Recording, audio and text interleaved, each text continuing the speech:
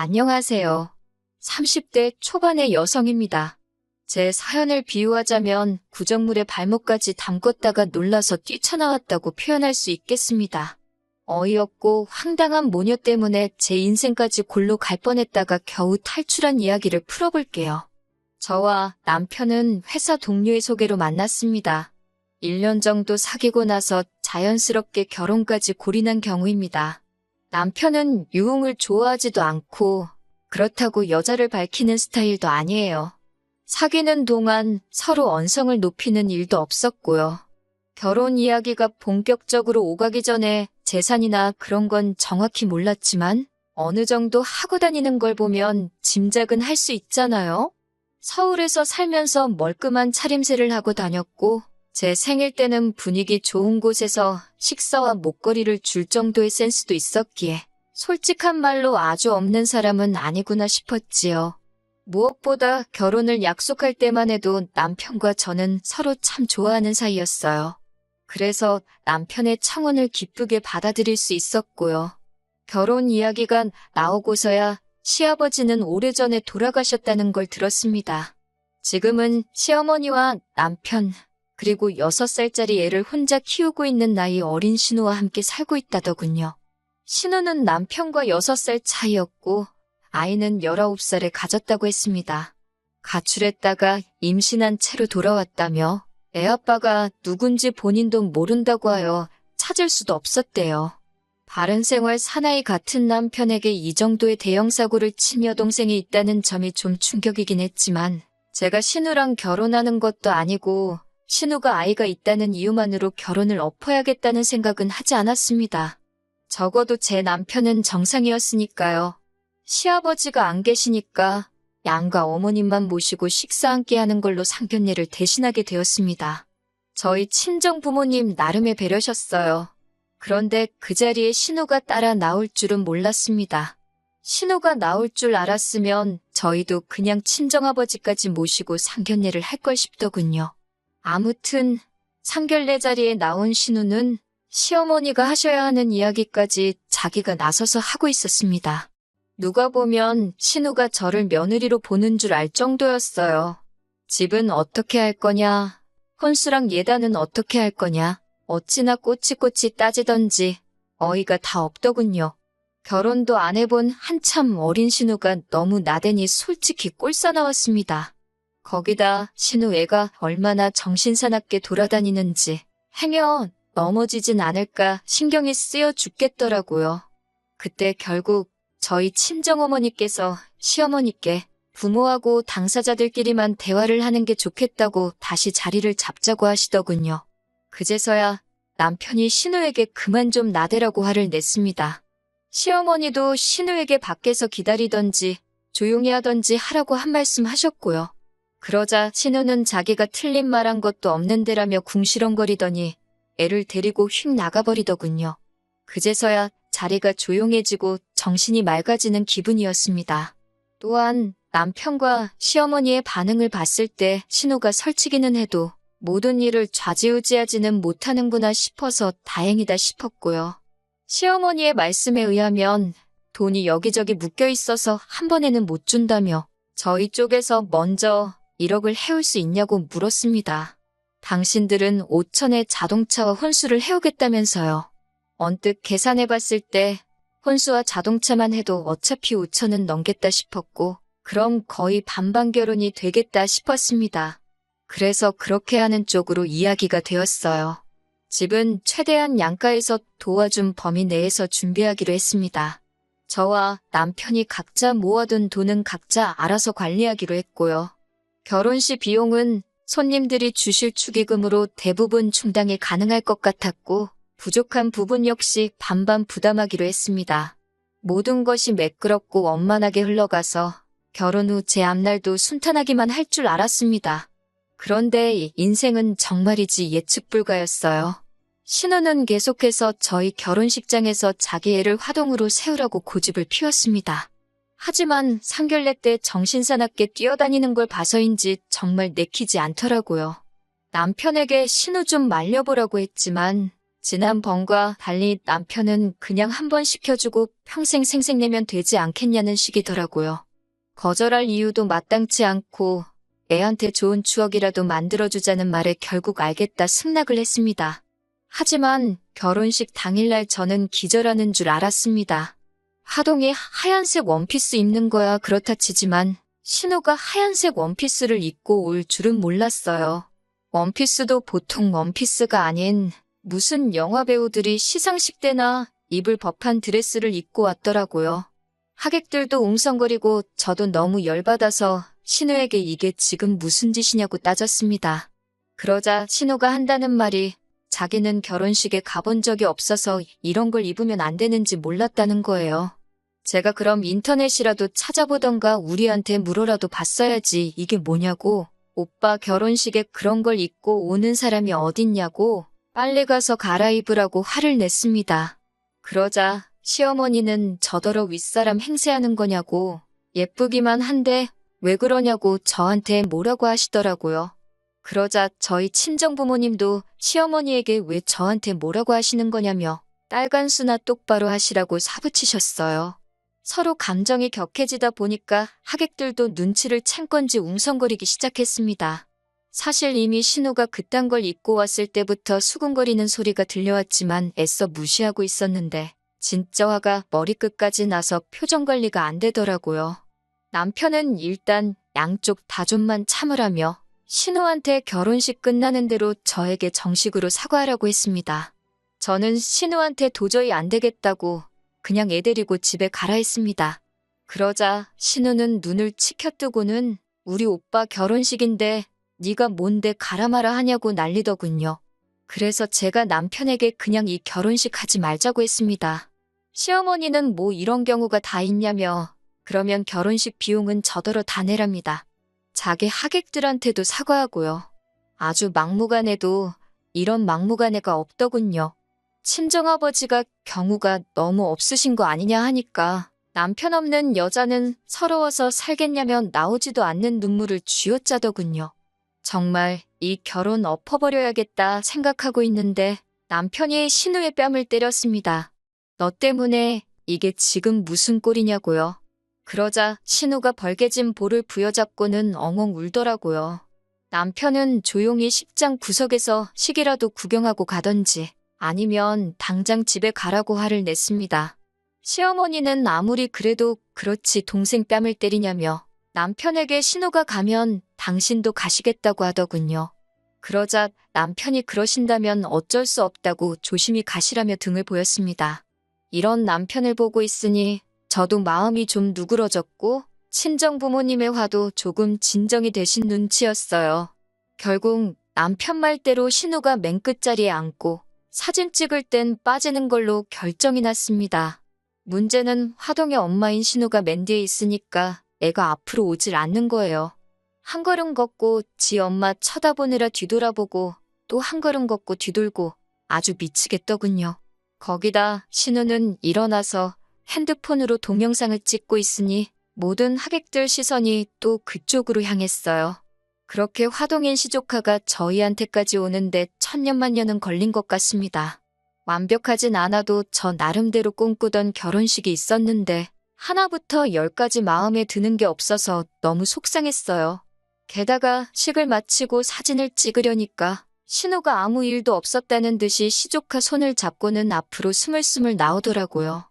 그래서 제가 안 된다고 막으니까 저더러 빠지래요. 저 없이 자기들끼리 가족 사진을 찍겠다면서요. 친정어머니가 결혼식 사진에서 신부가 빠지는 게 말이 되냐며 정말 경우 없다고 살다 별꼴을 다 겪는다고 화를 내셨고 저는 열받아서 먼저 자리를 떴습니다. 나중에 사진 나온 거 보니까 기어이 저 없이 시어머니하고 남편 그리고 신우랑 시조카까지 넷이서 찍었더라고요. 더 열받는 건 결혼식을 마친 직후였습니다. 신혼여행을 하와이로 가기로 해서 공항에 가야 했습니다. 웨딩카는 남편이 자기 친구가 해주기로 했다며 걱정 말고 자기만 믿으라고 했거든요. 그런데 막상 결혼식 끝나고 공항에 가려고 차는 어디 있냐고 물으니 자기가 가지고 온다고 잠시만 기다리라는 거예요. 얼마 후 남편이 가지고 온 차는 벌써 누가 몇 년은 탄 것 같은 중형차였어요. 저는 당황스러워서 이게 뭐냐고 물었더니 시어머니가 너네 공항 간다며 우리도 공항 가야 되니까 같이 타고 가자 하시더군요. 불길한 예감이 들었지만 일단은 안 갈 수도 없는 노릇이니 차에 탔습니다. 그것도 시어머니가 당신 멀미하신다고 앞에 앉으셔서 저는 뒤에 신우랑 신우 조카랑 앉아 있었어요. 공항에는 왜 가시냐 하니까 집에 남자라곤 저희 남편 하나인데 이제 없을 거라 생각하니까 서운하기도 하고 무섭기도 해서 여행 가신답니다. 공항에 도착해서도 저희 곁에서 떨어질 생각을 안 하시길래 저는 어디로 가시냐고 물었습니다. 솔직히 같은 곳으로 간다고 하실까봐 무서워서 여쭤보질 못하고 있었어요. 하지만 왜 불안한 예감은 늘 맞아떨어지는 걸까요? 시어머니와 신우의 여행지는 저희의 신혼여행지와 일치했습니다. 저는 남편에게 잠깐 이야기 좀 하자고 한쪽으로 불러낸 뒤 혹시 알고 있었냐고 물었습니다. 그러자 남편은 저에게 진정하라며 가서는 완전히 따로 다닐 거니까 신경 안 써도 된다고 하더군요. 제가 그 말을 어떻게 믿냐고 그러니까 진짜라고 믿어달라고 자기도 시어머니나 신우하고 같이 여행 다니기 죽기보다 싫다며 자기만 믿으라더군요. 진짜 서러워서 눈물이 나고 열받아서 욕이 나오는 상황이라 가기 싫었습니다. 하지만 막상 안 간다고 말하려니 여러 가지 생각들이 머릿속을 스치더라고요. 결혼식 직전에 그 난리통을 피우고 주변 사람들한테 신혼여행을 왜 안 갔는지 어떻게 설명할 것이며 친정 부모님은 무슨 낯으로 뵐 것이며 그럼 파혼을 해야 하는 건데 결혼식에 참석한 하객들은 저를 어떻게 생각할지 아무리 생각해도 답이 안 나오더라고요. 결국 저는 남편의 말을 마지막으로 믿어보기로 하고 같이 여행을 가게 되었습니다. 그리고 남편의 약속대로 시어머니와 신우의 숙소는 저희 숙소와는 조금 떨어진 곳에 위치해 있었습니다. 저는 비로소 안도의 한숨을 내쉬었고 근사한 곳에서 남편과 저녁을 먹으며 시간을 보냈습니다. 하지만 늦은 밤이 찾아오고 첫날 밤이라 분위기 좀 챙기려는데 남편 핸드폰이 미친 듯이 울리더라고요. 남편은 샤워 중이었기에 제가 전화를 받았더니 벌써 잘 준비를 하냐면서 여기 경치도 좋은데 맥주나 한잔 하러 가자고 신우가 그러더라고요. 그래서 어른들이 맥주를 마시러 가면 시조카는 어쩌냐고 물었습니다. 그러자 시조카는 한번 잠들면 누가 업어가도 모른다고 괜찮다는 거예요. 제가 제정신이냐고 애를 혼자 호텔에 두고 술 먹을 생각을 하냐고 한 소리 했습니다. 그러자 신우가 그렇게 걱정되면 남편이랑 같이 자기 숙소에 와서 저는 시조카를 보랍니다. 자기랑 시어머니는 제 남편이랑 나가서 맥주라도 한잔 해야겠다고요. 제정신인가 싶어서 아가씨는 피곤하지도 않냐고 잠이나 자라고 하고 전화를 끊어버렸습니다. 씻고 나온 남편에게 신우가 전화했었다고 진짜 미친 거 아니냐 그러니까 맨날 집에서 애만 키우다가 밖에 나와서 애가 정신을 못 차리나 보다고 미안하다고 했습니다. 그러면서 오늘 하루 저더러 마음고생 많이 했다고 미안하다고 또 사과를 하더라고요. 남편이 사과를 한다고 해서 망쳐버린 하루를 돌이킬 수 있는 건 아니었지만 그래도 조금 위로가 되기는 하더군요. 이튿날이었습니다. 느지막이 일어나 호텔 수영장에서 좀 놀다가 점심을 먹으러 가는데 신우에게 또 전화가 오더라고요. 그러더니 밥을 먹으러 가고 싶은데 말이 안 통해서 그런다며 저희더러 같이 가자는 거예요. 한 끼 정도는 같이 먹어도 괜찮지 않겠냐며 제 눈치를 살피는 남편에게 안 된다고 하기도 그래서 알겠다고 했습니다. 밥을 다 먹고 나서 당연하다는 듯 신우랑 시어머니는 먼저 자리에서 일어났고 계산은 저희가 했습니다. 한 끼 사줄 수도 있는 거고 그걸로 기분이 나쁘진 않았습니다. 문제는 그 이후에 발생했어요. 신우가 밥도 다 먹었고 이제 어디 갈 거냐고 물었습니다. 계획대로라면 저와 남편은 하와이 특산품도 사고 쇼핑도 하려고 했는데 왠지 사실대로 말하면 신우랑 시어머니가 따라올 것 같았습니다. 그래서 제가 어머님이랑 아가씨는 저희 신경 쓰지 마시고 즐거운 시간 보내시라 했어요. 그런데 남편이 눈치 없이 우리는 쇼핑 갈 건데 같이 가겠냐고 묻더군요. 제가 남편을 쳐다보니까 쇼핑몰이 얼마나 큰 줄 아냐면서 그 안에서 따로 다니면 된다는 거예요. 울며 겨자 먹기로 쇼핑몰도 같이 갔습니다. 솔직히 이때부터는 저도 한국 가서 단판을 지어야겠다는 마음이어서 표정 관리가 전혀 되지 않았습니다. 그러다 명품 매장에 가게 되었어요. 검소하신 저희 친정어머니께서는 생전 당신 손으로 좋은 브랜드 가방 하나를 사시는 법이 없었거든요. 그래서 어머니 가방이랑 아버지 신발이라도 사갈까 하고 들어가게 된 거예요. 그런데 진짜 저일 쫓아다니나 생각이 들 정도로 소름 끼치게 신우랑 시어머니가 뒤따라 들어오더군요. 그러더니 시어머니가 제 옆에 바짝 붙어서는 뭐 사려고 그러냐면서 갑자기 당신도 하나 사달라 하시더군요. 예단으로 이미 다른 브랜드에서 하나 싸드렸는데 그러시니까 당혹스럽더군요. 그때 남편이 시어머니와 신우에게 하나씩 고르라고 그러면서 장모님 거랑 같이 계산 좀 해달랍니다. 자기가 다음 달 월급 받으면 준다나요. 저는 신용카드 한도를 핑계로 저희 어머니 가방만 샀고 그때부터 남편도 감정이 상했는지 저에게 말을 걸지 않더라고요. 저는 몸이 안 좋다는 핑계로 먼저 숙소에 들어와서 곰곰이 생각을 해봤습니다. 남편이 겉으로는 아닌 척 하면서 저렇게 신우와 시어머니를 챙기는 건지 말이에요. 저녁 시간이 다 지나서 남편은 숙소에 돌아왔고 저를 보더니 화는 좀 풀렸냐고 묻더군요. 남편에게 시어머니와 신우가 내일도 같이 다니게 되는 거냐고 물어봤습니다. 한번 그냥 떠본 거였는데 남편은 아차 싶다는 표정을 짓고 있더군요. 그러면서 오늘 하루 같이 다녔는데 뭐 큰 문제 없지 않았냐면서 내일까지만 동행하고 내일 모레부터는 정말 우리끼리만 따로 다닐 거라는 거예요. 저는 마지막으로 사주신다는 차는 어떻게 된 거냐고 물었습니다. 남편은 멋쩍은 표정을 지으며 어제 공항에 타고 온 차, 그게 우리 차라고 하더군요.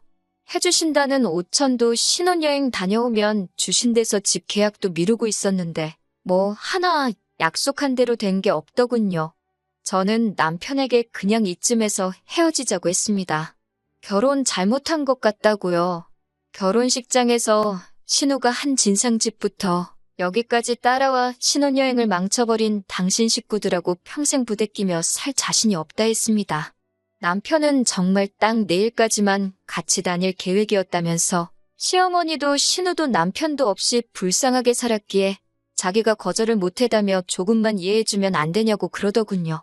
같은 여자로서 생각을 해보라는 둥, 역지사지도 모르냐는 둥 말이지요. 저는 열심히 떠들고 사과해야 되는 남편을 뒤로하고 저 혼자 다른 호텔을 잡았습니다. 그리고는 귀국날까지 남편 연락을 받지 않았어요. 분이 풀리지가 않아서 어떻게 골탕을 먹일까 하다가 호텔은 남편이, 비행기 표는 제가 결제했다는 사실이 기억났습니다. 저는 제 티켓 날짜는 하루 당겨놓고 남편 티켓은 취소해버렸습니다. 한국에 돌아오자마자 핸드폰 번호를 바꾼 뒤 친정어머니 핸드폰으로 남편에게 전화를 걸어봤습니다. 전화를 받은 남편은 전화 건 사람이 저라는 걸 알고는 악을 쓰더군요. 어떻게 그럴 수가 있냐며 제가 그렇게 독한 여잔지 몰랐다나요. 제가 마음대로 생각하라고 내 돈인데 내 마음대로 왜 못하냐고 그랬습니다. 그리고는 니네 가족이 내 결혼식 망치고 내 얼굴에 똥칠한 거에 비하면 아무것도 아니지 않냐고요. 인생 교훈 더럽게 배운 셈 치고 놔줄 테니까 다신 제 눈에 띄지 말라고 했습니다. 그날 밤 남편이 친정으로 절 보러 왔더군요. 친정아버지가 저 대신 나가시더니 멱살을 잡아 끌고 집 안으로 데리고 오셨습니다. 아버지가 무서운 목소리로 호통을 치시며 너 같은 자식한테 내 귀한 딸을 보낼 뻔했다며 한 번 더 찾아오기만 하면 2번 다시 2발로 못 걸어 다니게 한다고 울음장을 놓으셨어요. 그렇게 남편과 저는 지저분한 듯 깔끔하게 헤어졌고 주변 사람들한테도 신우와 시어머니의 진상짓 때문에 없던 일로 하기로 했다 설명했어요. 사실 설명할 필요도 없었습니다. 다들 결혼식장에서 생중계로 무슨 일이 있었는지 봤으니까요. 결론적으로 저는 지금 혼자입니다. 진짜 남자 만나서 망하는 여자는 있어도 혼자라서 망하는 여자는 없다더니 그 말이 딱인 것 같습니다. 다음에 누군가를 다시 만나게 되면 그때는 가족들부터 만나볼 작정이에요. 저의 배우자를 가족으로부터 뺏고 싶은 마음은 없거든요. 그런데 제가 그 집 아들을 빼앗아갔다고 생각하는 가족들이라면 저랑 가족이 되기 전에 미리 놓아주려고요. 물론 그런 사람들을 다시 만나진 않겠지만요. 질질 끌지 않고 빠르게 결정 내려서 얼마나 다행인지 모르겠네요. 아무쪼록 남편은 집에서 아버지 역할도 하고 신우 남편 역할도 하면서 평생을 그렇게 살았으면 좋겠습니다.